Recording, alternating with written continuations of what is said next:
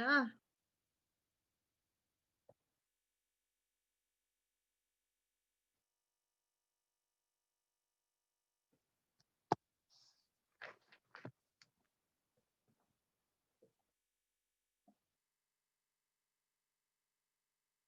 fully mute. Okay. All right. So now we're officially recording. So, yeah. Oh, that's so smart. Yeah, the class officially ends at 1:20. About logging in and leaving and that kind of stuff. If you're a few minutes late, just log in. Don't worry about it. If you have to leave early, if you want to say why, that's cool.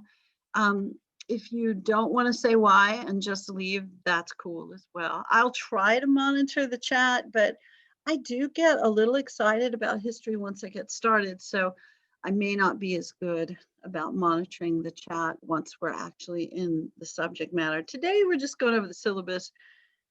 So, syllabus is not that exciting. And which maybe that's a terrible thing to say.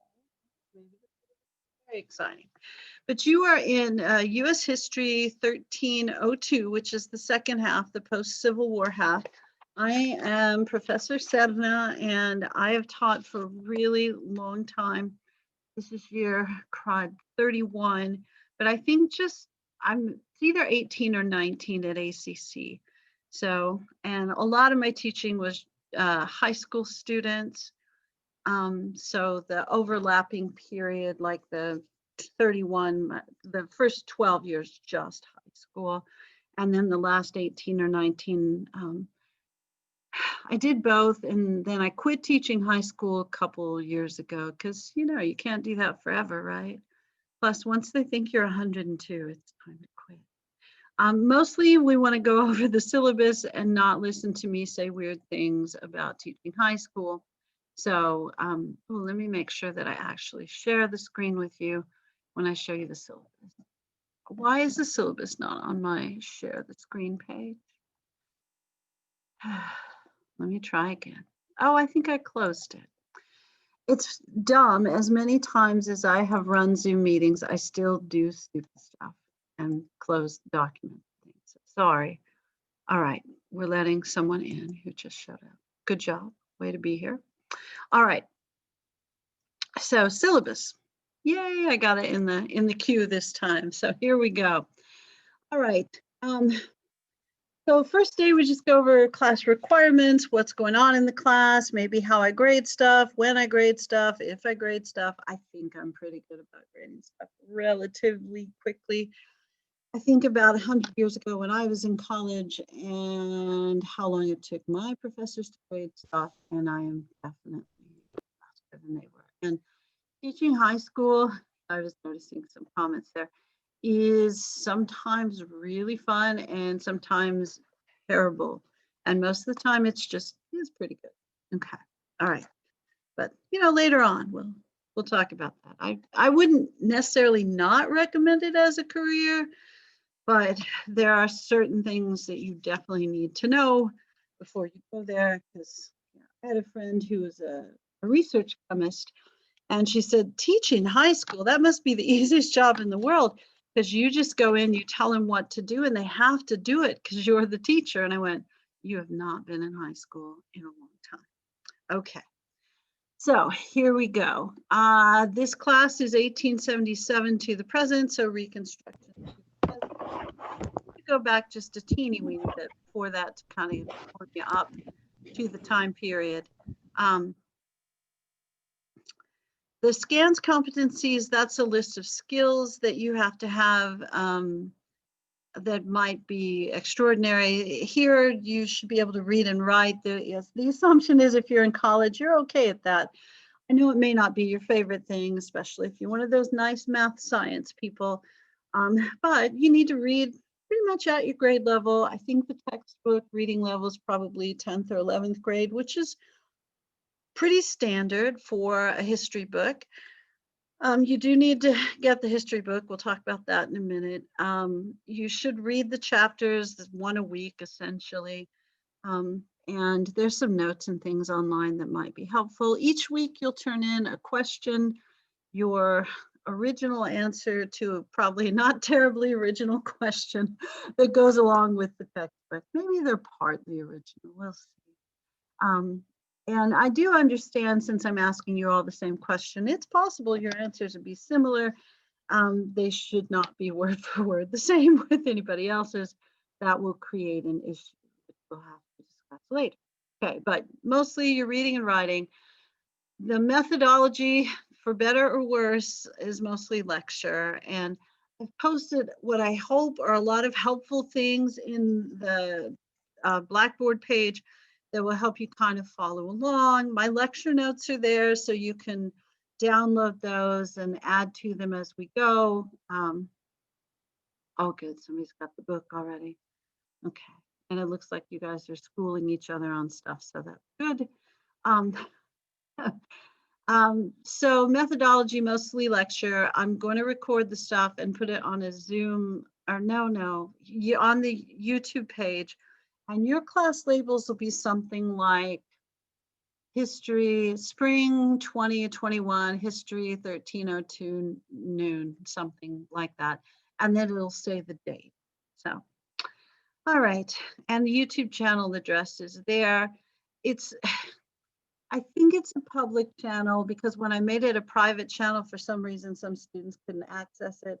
But nobody in their right mind is going to it. You know, even most of my students, when they miss class, don't go to it. You should, by the way. All right, course rationale, because you love history. That's why you're taking this class. Or someone said you have to. There may be a handful of you in here who are dual credit students, so you get high school and college credit. Every major college degree, four-year college degree, requires 2 US history classes. So there you go. So that's the other reason you're taking it if you don't love history. Oh, and I forgot to mention on the methodology, clearly we're doing this by Zoom meeting. I do recognize there may be times, especially if you're not a dual credit student and you've got a job and a family and some little kids, and or you're taking care of your mom and she's sick, there may be times you can't come. So if you can't come, you know, try to let me know ahead of time if you know ahead of time. And the part of the reason I record the meeting is so that you can go on there and watch it. And it does also kind of show if you went on there and watched it. So typically no one ever watches them, but they're there for you. So if you miss class, the thought is that you will watch. Also, I say this because it's raining super heavily where I'm at. Sometimes I think I must live in some sort of vacuum where the internet doesn't go very well. Sometimes my technology cuts out. If that happens, I'll try to log back on. I'm usually able to add an email to the announcements page. So you'll get an email to ACC that'll say like, hey, I'll be back in 5 minutes, or I'm trying, or just forget it. I think that only happened once last semester, but if you log out, you know, you get logged out and have to log back in, I'll always assume it was a technical issue. Don't worry about it. All right, the textbook, Give Me Liberty, Volume 2, Foner, 6th edition, Seagull. If you have the 5th edition, it's probably close enough. The 6th edition, you get a little more Obama and Trump at the end. So the ISBN is the book number. I forget what ISBN stands for. The website is where you can go and purchase it from Norton, but you can purchase it from the ACC bookstore. If you're a high school student, you know, talk to whoever gets books for you if they get them for you. Online access is probably the easiest way to go, but you can also order this book and I'm sure they'll mail it to you, or that Amazon guy who comes to your house every day anyway will drop off a book one day too. So there was a full version of this online last semester for free and students found it, but it's illegal to post a textbook online without publisher's permission. So I think what happened is the publisher found out and sent them a cease and desist letter or a very large bill, because it was a university in South Florida, I think, that had posted the book online, which is a huge no-no. Now, if you guys have a link to a PDF online or something and you want to share it with each other in the chat, that is absolutely fine with me. The chances that I will post it somewhere are probably not good because I don't want to get the cease and desist letter or the very large bill. It is illegal. But as a student in a chat, you know, your liabilities are different than mine. All right, here we go with grades. And I can tell you guys are a nervous lot because I've already had 2 or 3 of you email me about grades. It's like, we haven't even started the class yet. So just take a breath. We're going to be all right. It's going to be okay. I have lots of college degrees.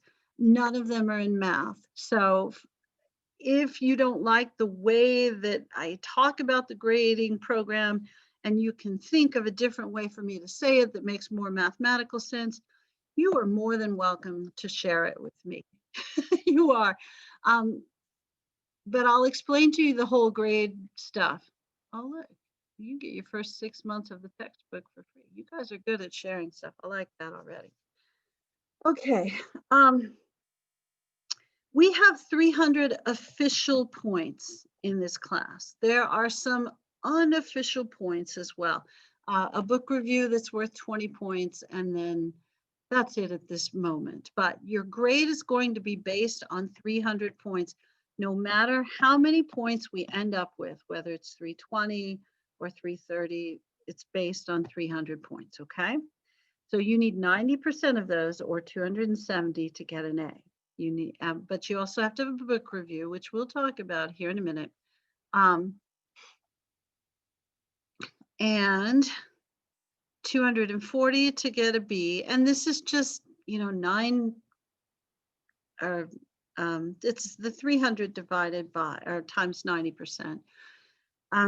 300 times 80%. So 210 is what you need to pass. Very few times is a D useful to you. I've seen a few programs where they'll accept a D as a transfer grade, but I wouldn't count on it. So try, you know, you want at least 210 points. Try to turn your stuff in on time. If it's a little late, like 5, 10, 30 minutes, not the end of the world. I probably won't even care. If you consistently turn in your stuff 3 days late, that will be a problem. I did write on there that I may assess a penalty. It doesn't mean that I necessarily will. Like, I had a student last semester who gave birth in the middle of the class, not actually online, thank God. But, you know, she had a baby. And then the next week or two, her work was a little bit late. Well, go figure. So if you give birth at some point during this class, you should let me know. And I'll cut you some slack, I promise. And then, you know, there's always somebody who's, you know, the kid got COVID, or the kid gave me COVID, or, you know, you have normal day-to-day problems that people have. Just kind of let me in the loop. If it's going to cause you to be a little bit late on stuff, I'll be lenient. Now, if you're one of those people that has an emergency every week, that's, you know, I'm sorry. Yeah, but I'll work with you as much as I can. The issue is always that I have to be fair, so I want to give you all the same opportunities. So, you know, in general, turn your stuff in on time. 5 minutes late, 30 minutes late, neither of those are worth an explanation. Don't worry about those kind of things. Once we're, you know, beyond a few minutes, you may want to send me an email after you submit and say, like, here's what happened. Okay. And if you know ahead of time something's going to be late, because you've got, like, I had shoulder surgery last semester. That was cool. You know, I told the students, hey, I'm having shoulder surgery on this day, so you're going to watch a video of me, and because you don't want to see me in person the day after the shoulder surgery. So, you know, we all have stuff. Just let me know. To get an A, you do have to do a book review. We'll talk about that. And you just need some points on the book review to get an A. 1 point, that's all you need. Okay. All right, I'm checking the chat. Oh, how am I feeling? That's nice of you to ask. I'm pretty good. I just, you know, had old people problems. I had something called frozen shoulder adhesive capsulitis, and I couldn't move my arm, which is weird and freaky. So they did some unpleasant things to me, which hurt a lot, but now I can move my arm. So it's really cool. But the students could tell afterwards, they go like, you look like you're in pain. I went, And I am. Thank you for noticing. So, no, I'm sure I'm much happier this semester. All right, book reviews are due Friday, May 7th, and thanks for asking. And since you know that today, I'm really unlikely to take a book review late because you already know the due date. So, um, policies, attendance. Attendance, I think, is a little trickier in the COVID times. I'll check attendance at the beginning of class and then probably once right before you leave to try to get people that I maybe didn't notice on the way in. Come as often as you can, synchronously. I recognize, especially if you have a job, you might get called in. If you got kids, they don't get sick at the best time. So come when you can. If you're not there, watch the video and maybe just let me know, like, hey, I wasn't there, but I watched the video. The way that I want you to come to class. If you're a high school student, you probably have a completely different requirement where somebody from your high school will check with me every week to make sure that you go to class because they don't get funded if you don't come to class. So that's a whole different deal. If you're not a high school student, you probably have a different attendance idea. I asked my boss, like, how do we count attendance in the modern era? And he said, of course, if they attend, they attended. If they're turning things in and following directions, then you can count that as attendance as well. But I'm just telling you, come as often as you can, come consistently. And if you're a high school student, you're stuck. You got to come. All right. So assignment submission, class attendance, and this stuff will be posted on the whatever that is, YouTube. Yeah, YouTube. Okay. If you want to quit the class, that's your business. Just don't forget there are certain registration or withdrawal deadlines. I think you already had to quit if you wanted a full refund. And there's certain withdrawal dates where you get partial refunds. I think April 26th is just the last day you can get out. So, by then you'll know if you should stay or if you should go. Yeah. Student discipline. I forgot to update this in my 1301 class, but it said stuff like stay off your phone and your computer. It's like, oh, dang. I know you're on your phone and your computer, of course. So mostly just be nice. Respectful. You may or may not be nice. I don't know how we would define that. Typically, like, I don't get angry or swear or try not to be insulting, that kind of thing. I assume you'll be the same way during class.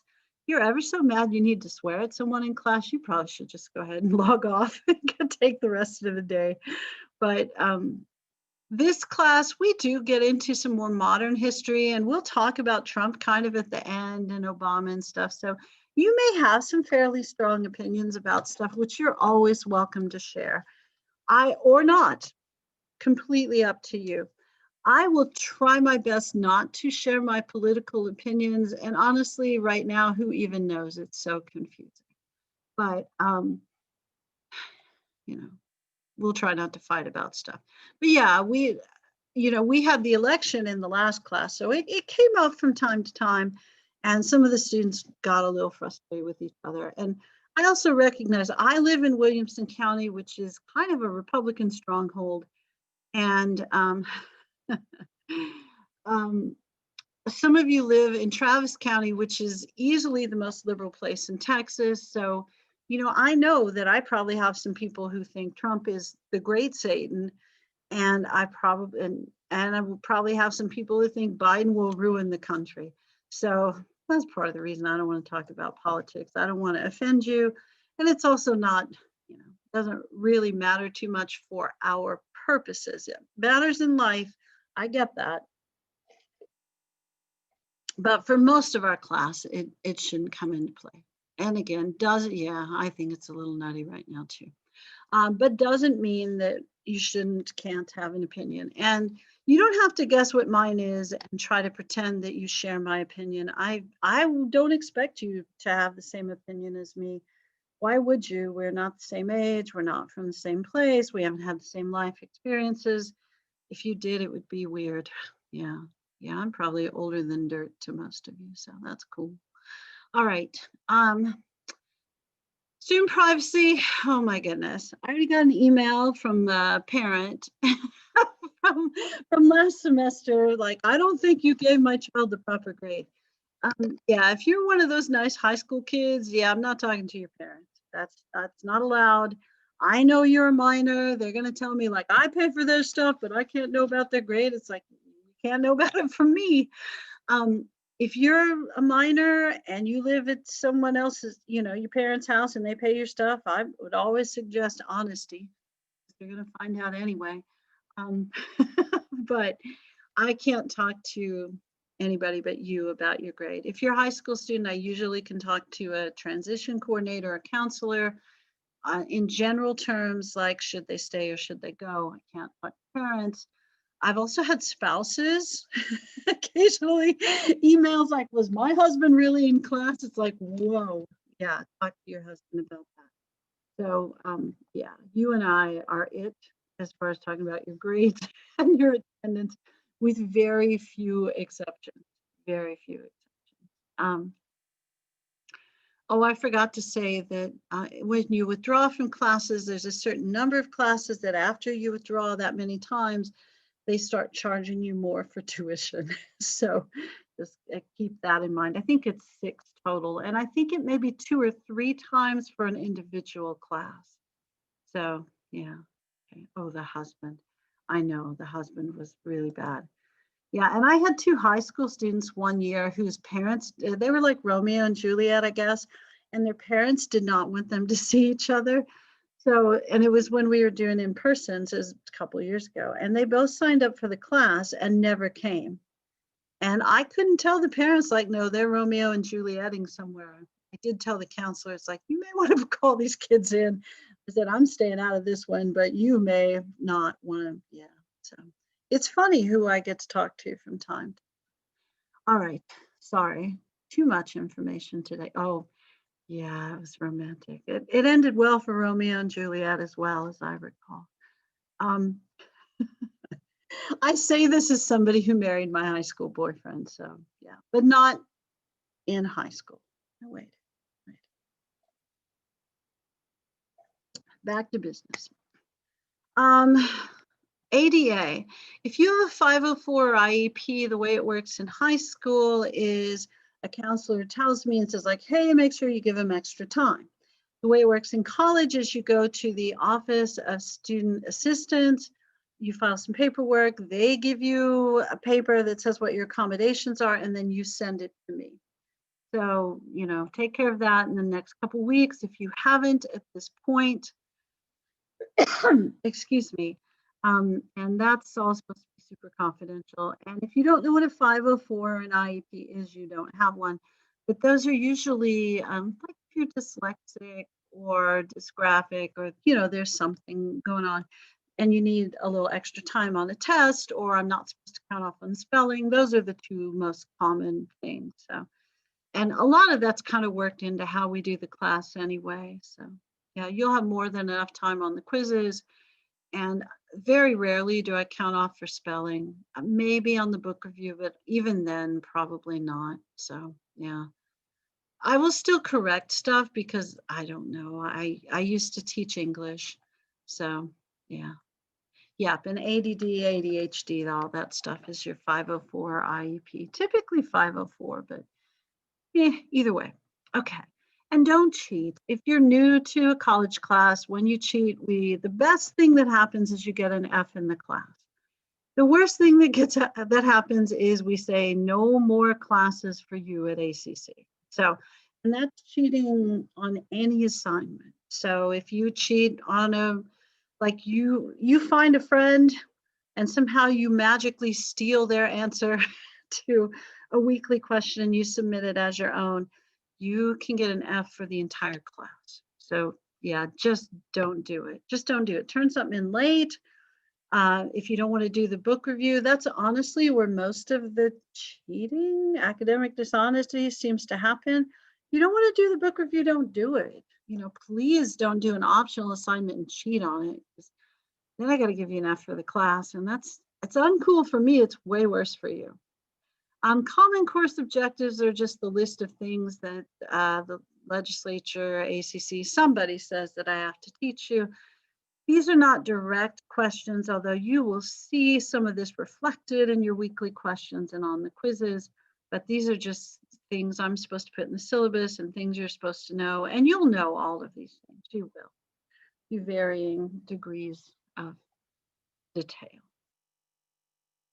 This is the calendar of stuff that we're going to do. This will probably be the most important thing for you. It tells you when stuff is due. Okay, so weekly questions. Okay, here's a change for me. You clearly didn't have this class last semester, but last semester I had students turn in stuff once a month on the day of their unit quiz. And what happened is the students who were real procrastinators didn't turn anything in for like a month and a half. And if you are a month and a half behind at the beginning of the class, you are never going to get caught up. The semester before, when we kind of transferred to online in the middle of the semester, I had people turn in stuff every week. They absolutely hated it. And when I got you'll do an evaluation of me at the end of the semester. And when I got those, it's like, she is terrible. I can't believe she made us do stuff every week. This was harder during the pandemic than it was before. She's the meanest person who ever lived. This, is really stuff. And, but their grades were much higher than the grades of the people that turned in stuff once a month. So I kind of asked myself, do I want the better student reviews where they go like, no, she's so chill, we only turn in stuff once a month? Or do I want you guys to do better? And I decided I wanted you to do better. So it may be a little more painful, but you won't get as far behind. So one question a week, with the exception of the first week where you turn in 2, and I think the exception of the week when the book review is due, you don't have questions due that week. Okay, so this week, no question due. Next week, the questions over 15 and 16, which we will discuss during class as well. Another reason I think you should come to class. All of the questions should be posted on the Blackboard page, and we'll try to look at the Blackboard page, although I didn't have much success at trying to look at a live page in a Zoom meeting, because even after 2 semesters of teaching with Zoom, my skills are limited, not gonna lie. Okay. Sorry, I lost track of something there. So first 2 weekly questions due on the 29th, next Friday. If you're having trouble getting your book before then, let me know, and well, put that off a little bit for you. But we're trying to do 1 a week. Your first quiz has 3 chapters. Your last quiz, I think, also has 3 chapters. I think each quiz, I can't remember I'll make sure that you have 300 points in the class. Each weekly question is worth 10 points. So one of the quizzes might be worth 30 while the rest of them are worth 40, but I'll tell you ahead of time. Also, sorry that I keep scrolling, might make some of you dizzy. At some point this week, probably Friday, to be honest with you, I will post a list of things that I think you should study for the quiz. And the quizzes happen once a month. Well, sort of. There's one in February, one in March, one in April, one in May. That is once a month, isn't it? We just don't have one in January. After either a unit of 3 or 4 chapters. And, again, I'll give you like a little hint about what I think you should study. Yeah, okay. I'm looking to see if you have a question. What engine, your brain. Oh, that's not the right answer. See, I struggled with this as well. I know a lot of people do this Respondus thing and it locks down your browser and stuff, but here's a thought. You probably have a phone. So your browser might be locked down on your computer, but your phone's right there. So I thought a long time, it's like, what in the world can I do to keep people from cheating? and I don't know the answer. So your quizzes are on Blackboard. They're just on Blackboard. Now they're timed. You can only take them once. So like I had somebody who took 24 hours to take a quiz, and I told him I wouldn't grade his quiz, and he told me that was incredibly unfair. And it's like, yeah, if you could, yeah, be honest, that's the best thing you can do. Um, and half your grade is quizzes, half your grade is the stuff you turn in each week.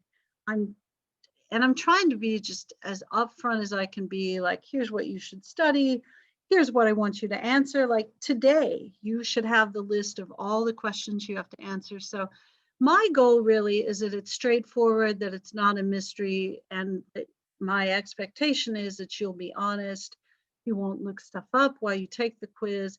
And if you're taking twice as long as everyone else to take the quiz and you're not dyslexic, then I may ask you a question like, hey, what's up? Why is that taking so long? That sort of, yeah, I know people, the cheating thing, I taught high school forever. Who's the best at cheating in high school would be AP students. They're masters at it. And I would tell them, if you spend as much time learning as you do figuring out clever ways to cheat, think of all the stuff you would know. And outside of politician, and maybe used car salesman, but that's probably harsh on a used car salesman.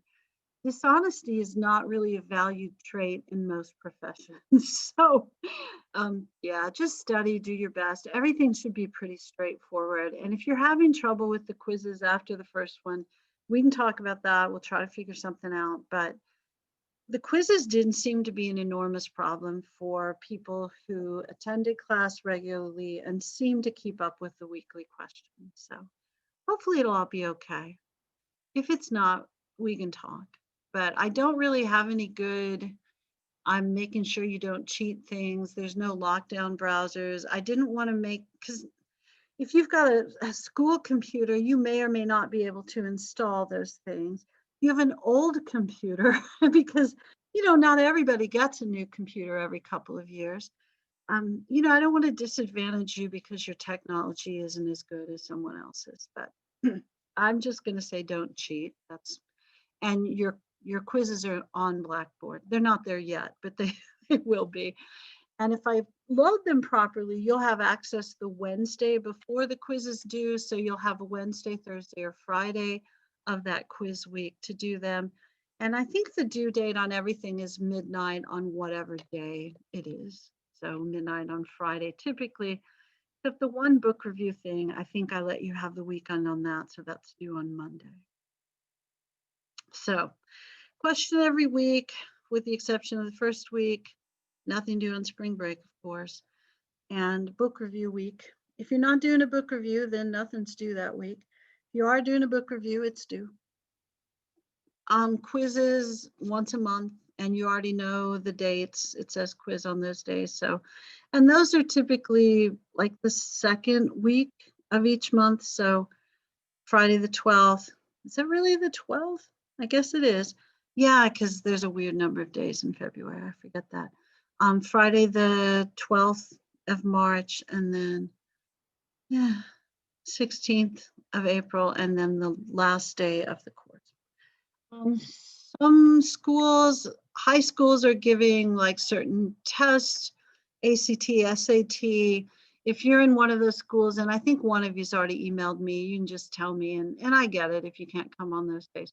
I also put the AP exam schedule in case you're one of the younger folks and you're like, oh crap, am I gonna have to miss class one day? You might, but remember there's a recording. And even if like you've got the biology and the Chinese language test on the same day, and it's the day our quiz is due, you can take it early, you can take it a little late. I'll work with you on that stuff. You just gotta let me know. Okay. For the book review, you do want to tell me what book you're reading if it's not on the book review list. Okay. And you don't have to pick one from the book review list. And we'll go over that. Oh, it's next. Look at that. Okay. Sorry. My New Year's resolution, I know everybody has one, is to drink less Coke Zero, which is my favorite drink in the world, and more water. So drinking a lot of water, so healthy. But Excuse me. yes, go ahead. Are you gonna like when we have assignments? Are you gonna like tell us beforehand that they're due, or like do we just have to figure that out? I am unlikely to tell you all the time when they're due because, on the calendar, I'm scrolling back up, it tells you when they're due. Yeah. Yeah, but also on the assignments page on the Blackboard site, it tells you when they're due as well. All right. So and I probably will say something like, don't forget to turn in your question this Friday, but you can't count on me. Yeah. But I do have it on this calendar and I do have it on the assignments page. So hopefully that'll help. All right. Thanks. You're welcome. But I'll try to remind you. You guys can remind each other in the chat. All right. Nothing due till the 29th. Next week, 29th, is that right? Next Friday. Okay, sorry. We'll look at the book review thing. Now we'll go over the book review thing again later, probably closer to spring break. Also, I think on the YouTube channel, there's a book review lesson, and that applies really specifically to 1302. So you could watch that if you want to, but it won't be dramatically different than stuff I'm telling you here.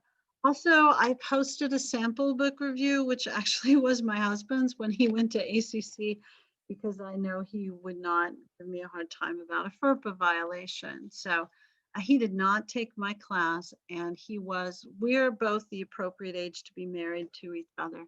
When I was teaching and I said, hey, my husband has this class right now, they would look at me like, why are you almost 40 and you're married to an 18-year-old? It's like, no. He just went to college late. Not my fault. Not my fault. Okay.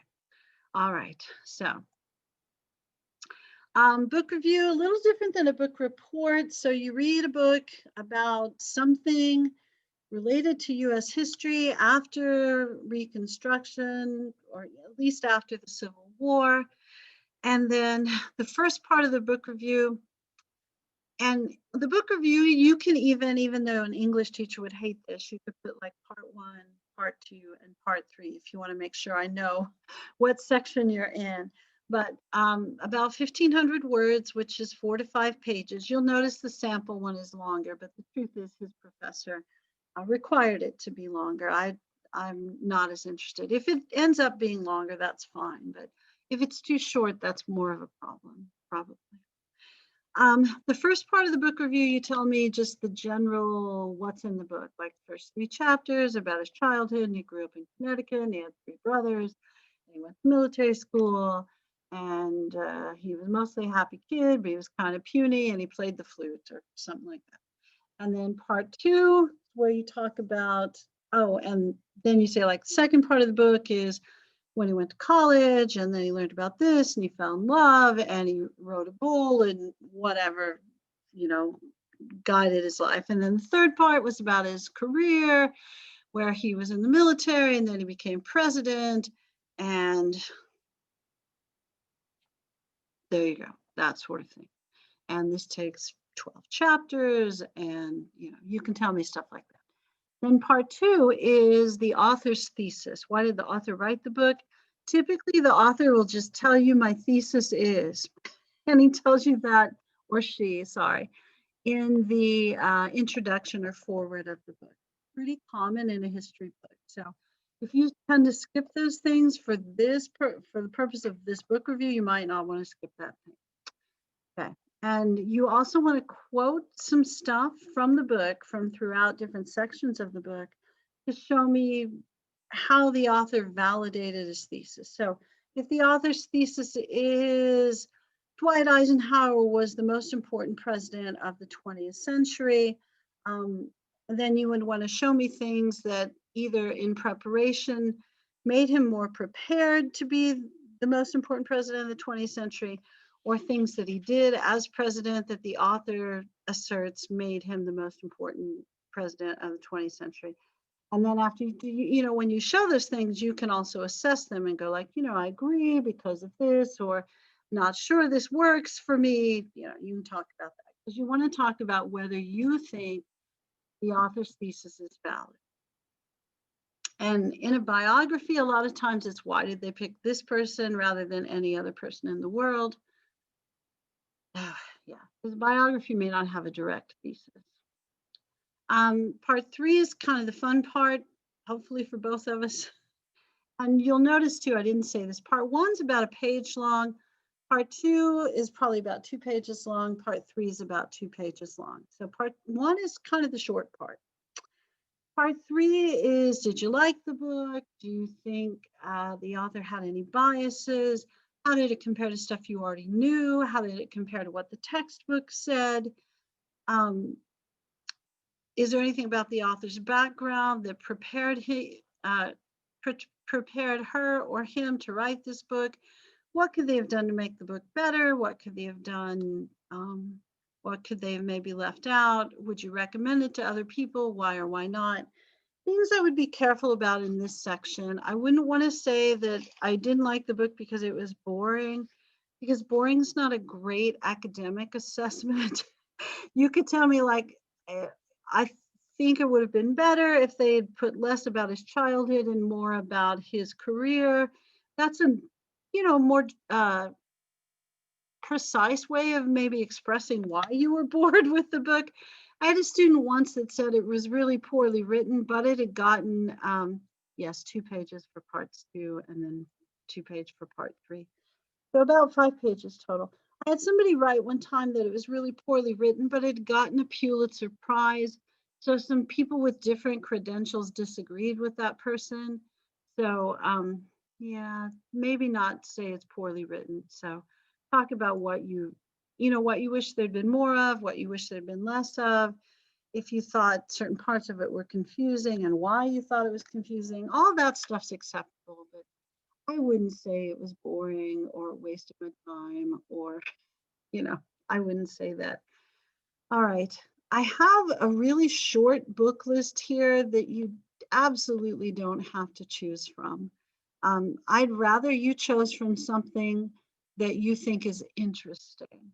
So if there's a person or an event after the Civil War that you think is fascinating, not Hitler, please, not Hitler. You notice me hitting my computer there? Not Hitler. What is up with everyone and Hitler? Cut it out. No Hitler. He's not from the US. Don't do it. There's not really I'm sorry, you guys all wanted to write about Hitler. I know you did. There's not really a specific format. Typically in a history class, they want you to use, it's called Turabian or Chicago Manual of Style. I assume you've probably only written papers for your English class, so you're probably very familiar with MLA. As far as documentation style, I don't even care if you don't use one. If you're only writing about the book in the textbook, when you quote from the book you read, you can just put the page number in parentheses. And when it's the textbook, you can just put textbook and the page number. I'm not going to be picky about that at all. And I won't expect a bibliography as long as you tell me the name of the book and the author in the first paragraph, because I'll know that that's what you're quoting. And I know about the textbook because I told you which one to buy. So I don't really need a bibliography unless you consult several different sources, which I don't know why you would. I know when I had to write book reviews for graduate school, I typically would look at other book reviews after I wrote mine, and then I would acknowledge that in my bibliography. But yeah, there are hardly, In graduate school, they give you work that's really hard to cheat on. So not that I was trying, but okay. Here's the book list. I liked history. I still do. A lot of these books are long. Like this Taylor Branch book is an amazing book about Martin Luther King Jr., Pulitzer Prize winning book. He was a journalist who followed Dr. King around. So he was privy to lots of personal conversations, really interesting stuff, but it's like 700 pages long. Some of these books are probably too long. This Alan Brinkley book is about a couple of people who objected to the New Deal during the Great Depression, which is unusual and maybe a little interesting. This one, if you're like a short attention span person, this one's pretty good, because it's a collective biography. It's got, I think, 8 different Native American leaders. So it's like 8, 20, 30-page biographies. So kind of cool. The Greenstein book about Eisenhower as president, there's a lot of complaint about Eisenhower that he wasn't as active in front, sort of thing. And the Greenstein fellow argued that he did a lot, he just did it in a different style. This book, I really struggle with, especially in the modern era, keeping this book on the book list. I keep it on there because I think it's useful, but it is problematic. And I'll just tell you up front. And a lot of times this is the one high school students pick because it's really weird and it's easy to read. But this book, Black Like Me, I'm telling you up front, problematic, but interesting and useful. Okay. This fellow, John Howard Griffin, was a journalist, and he was trying to get people to explain how blacks and whites treated each other in the 50s and 60s, which, as you can imagine, was not always good. So he's a white guy. He would interview white guys and say, like, hey, why are you mistreating African Americans? And he'd go like, oh, that never happens. We don't do that. And he lived in the South. So, they're not telling the truth. And then he would ask African American guys, like, hey, how do whites mistreat you? What goes on? They go like, oh, nothing ever happens. Because, who wants the Klan to come and burn down your house? Business. So he thought, I'm not getting the truth from anybody. I'm going to go undercover. So he goes to the doctor, has them, finds a medical way to turn his skin black, and goes undercover as a black man, and then writes this book report about how blacks and whites treat each other, but don't talk about it. Now, there are a million problems with the book. And there are a million interesting things about it. So I already bought the book. did you? Yeah, I I bought it because like I saw the preview and it's a journal format and I found it interesting, so I just bought it. It's a fascinating book. It is. And you can even talk about if there are things about it that make you uncomfortable. Hmm. And, I think the premise is that I think everybody understood that African Americans were being mistreated. And you're starting to have the beginnings of the nonviolent civil rights movement. So you're seeing some of it on the news. But the truth is, it wasn't really on the news in as prominent a fashion as it was about to be, if that makes any sense. So he's trying to report from much more of a white perspective. And, you may be thinking, did people not know about Frederick Douglass or W.E.B. Du Bois or lots of other folks, even Martin Luther King Jr. in the early days, or lots of, there are lots of other African Americans who have said, hey, we're getting treated like crap. So, I mean, here you have behind the whole premise of this is that the African American accounts of how they're being treated maybe aren't as credible to white people as an account from a white guy, which honestly is probably true during that time period.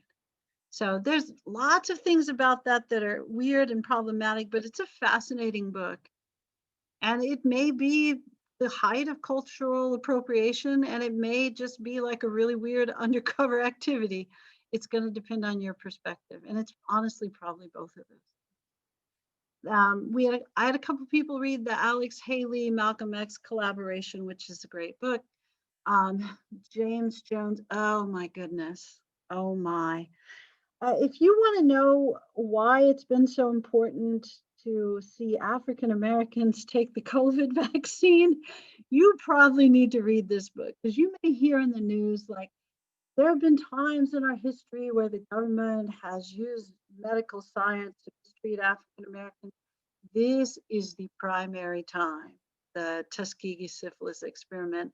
It's going to be one of the most horrific government things you could ever read.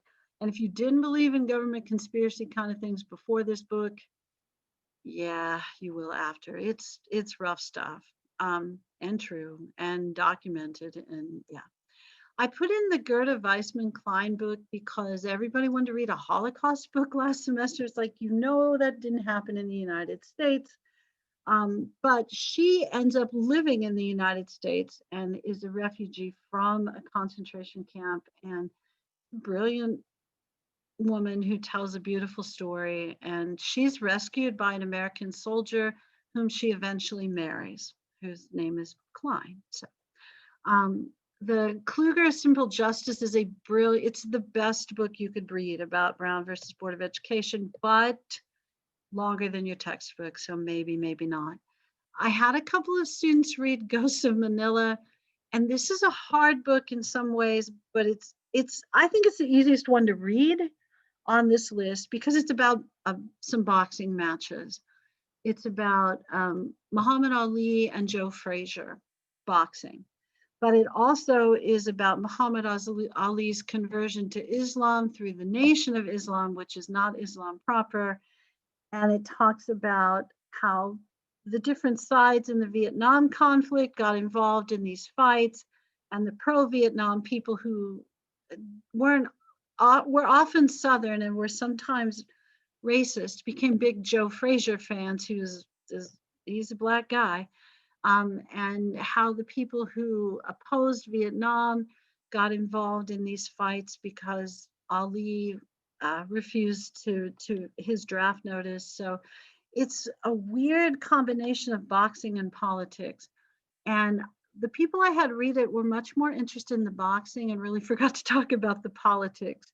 So if you read that, don't forget to talk about the politics. Trouble in Mind, Black Southerners in the Age of Jim Crow is a really good historical documentation of racist laws in the South. Détente and the Nixon Doctrine is about Nixon's foreign policy, which is in many ways quite brilliant. Homeward Bound is kind of at least PG-13, R-rated book about the role of women in the Cold War, which is weird. And it talks about sexual stuff more than you might expect. So I know when I teach mostly high school students, I tell them, if you're reading this book, this can't be the one that you play out loud in front of your brothers and sisters if they're younger. And the truth is, most of these books wouldn't be good for that anyway.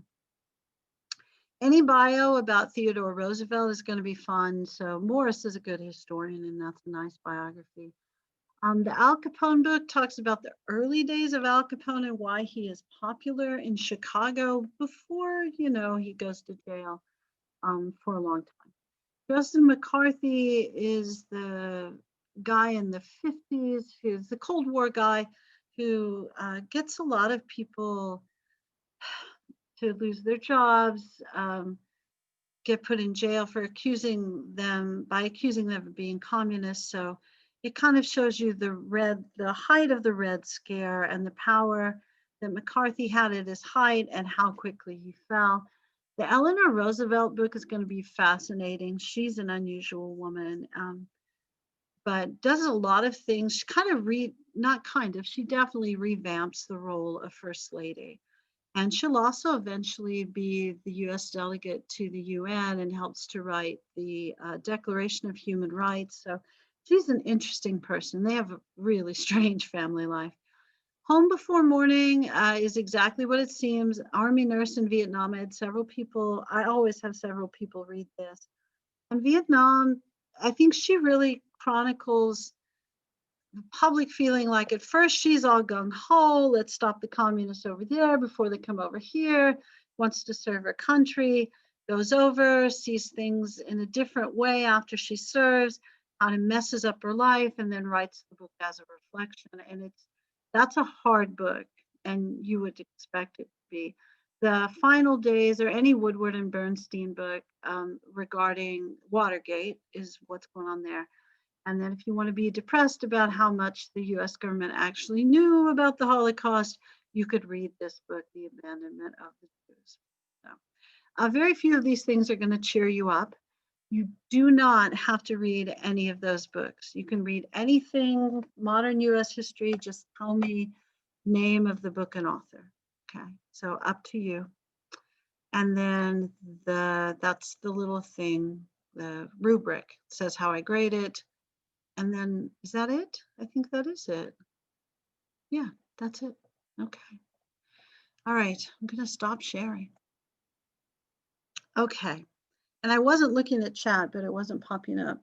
At this point, I know I've talked a long time about stuff that's not super exciting. Do you have any questions at this moment? And I might try to share the screen or to look at the Blackboard page where you can find stuff. But do you have any questions? I'm going to drink water while you think about questions. And I will pretend it's Coke Zero. All right, I'm going to see if I can actually, I don't know that I can share, but I'm going to see if I can share the,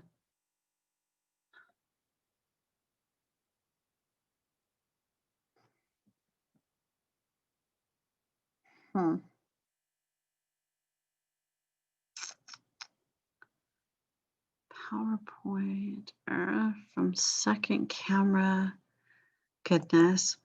I also got an update on whatever this thing is, Zoom today, and it all looks different. And you know how old people in technology are. Okay. All right. No, I don't think I can share the Blackboard page. Have you guys been able to log into the Blackboard page? I assume you have because you're here. Although you could have gotten this stuff from the emails that are the announcements, because I know those go to your ACC emails. Now on the Blackboard page, I just want to point out, even though I can't show it to you, I'm sorry. But when you go to the Blackboard page, and then don't leave just yet if you can stay, because I want to double check the role. Make sure, yep, I'm on the right page. You should be able to see a section that says assignment, course documents, and syllabus. Those are probably the big three for right now. So the syllabus, the thing we just went over, should be the version attached where it says syllabus. Course documents, that should have the list of all the weekly questions, a sample weekly question answer. It should have the lecture notes for each unit, and then it should have the chapter resources. The chapter resources are from the publisher, and they have like a chapter summary, an outline of the book, and then some resources if you want to look on the website. And then I've also got the weekly questions broken down by unit in there. And at the end of the course documents, there should be, yeah, it's there, the book review and the sample book review, okay? And then if you go to the assignments page, double checking while I tell you this stuff, it should tell you the weekly question and when it's due. Yeah, and it does. So the one of you that was asking, are you going to remind us when stuff is due? Probably not, but I'll try. If not, definitely when you go to the assignments page, it tells you when everything is due. It does, even the book review. So hopefully the stuff on there you'll find helpful. If you don't find it helpful, I'm going to be super sad. You'll be more sad, but there's a ton of stuff on there. My goal really for you, I know your goal is to pass or to get an A or whatever it is you want to get. My goal is to make it clear for you what you need to do and when you need to do it. And what you should be doing today, got to make sure that you have the book or that you're in the process of getting the book. And if you have not yet logged on to the Blackboard page, please do that today. Make sure you can log on, make sure you see all the documents and reread the syllabus, make sure everything makes sense to you. That's really the goal. To make sure we're all on the same page, that you know where to look if you want to know when stuff is due, what you know where to turn stuff in. And part of what's tricky for me is it looks different on my side than your side, although I have figured out there's a way for me to find the student view. The thing that I don't always understand is when you turn stuff in, where it goes. Almost everybody would turn it in properly, and then every once in a while somebody would turn it in and it would go where my grading notes are supposed to go. I don't even understand how you did that, but make sure, and I say this on every assignment, make sure that you save what you're turning in a document form. Save it. I would save it in a doc or a docx form, but save it, okay? Even if you're copying and pasting it into the assignment, or you're copying and pasting it out of the assignment to save it as a document, save everything you turn in. I figure you guys are digital natives. Most of you are, young folks, and you've grown up with technology. You probably do this automatically anyway. But if you lose something and you haven't saved it, oh goodness, yeah, it's terrible. It's really bad. All right. Do you guys have other questions? I don't even know if you actually asked the question there. But for the document thing, PDF works. I'm sorry, say it again. So you say about like saving document in a different file. Does PDF works? I think PDF will work. I think so. I think some people, yeah. No, I think people did that. Yeah. Yeah. Somebody wants to know African American and Latinx history. Yeah, you can do that. Honestly, I so much want you to read something you're interested in. Yep. Because that way you'll actually read it. That's the goal. And something you haven't read before. Every once in a while, I have a student that wants to kind of double up with their English class. And that hardly ever works well because there are some historical novels that you could do, like The Jungle. You could read that for this class.